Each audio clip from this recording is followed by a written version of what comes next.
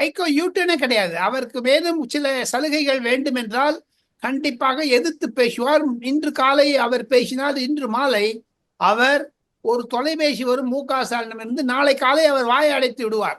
வைகோவை பற்றி நம்பாதீர்கள். காரணம், வைகோ என்பது முதியவர். அவரை நான் நன்றாக தெரிந்து கொண்டாலும் வைகோவுடைய சமீப காலமான பேச்சுக்கள் தமிழகத்தில் இருக்கக்கூடிய முஸ்லிம்களையும் கிறிஸ்தவர்களையும் தூண்டி விடுவது போன்றும் இந்துக்களுக்கு எதிராகத்தான் அவர் செயல்படுகிறார்.